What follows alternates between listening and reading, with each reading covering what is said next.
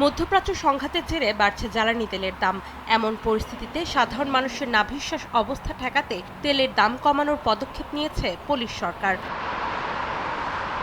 বৃহস্পতিবার পোল্যান্ডের প্রধানমন্ত্রী ডোনাল্ড টাস্ক জানান, জ্বালানি তেলের ওপর ভ্যাট 23% থেকে কমিয়ে মাত্র 8% নামিয়ে আনা হবে।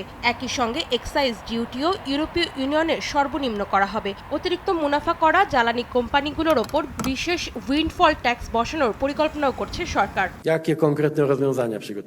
আসন্ন ইস্টার ছুটির আগেই দেশের মানুষ প্রতি লিটার ডিজেলে অন্তত 32 সেন্ট কমে কিনতে পারবেন। আমরা চাই না যুদ্ধের প্রভাব সরাসরি সাধারণ মানুষের পকেটে।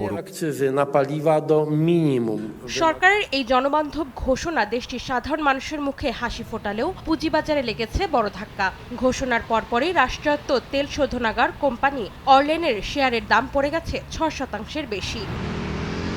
এদিকে কম দামের সুযোগ নিতে প্রতিবেশী দেশের নাগরিকরা যাতে পোল্যান্ডে এসে তেল নিয়ে যেতে না পারে সেজন্য বিশেষ কড়াকড়ি আরোপের ইঙ্গিত দিয়েছেন টাস্ক। প্রয়োজনে স্লোভাকিয়ার মতো দ্বৈত দাম নীতি অনুসরণের কথাও ভাবছে দেশটি, যেখানে বিদেশি লাইসেন্স প্লেটের গাড়ির জন্য তেলের দাম থাকবে বেশি। অন্তরা সেন, সময় সংবাদ।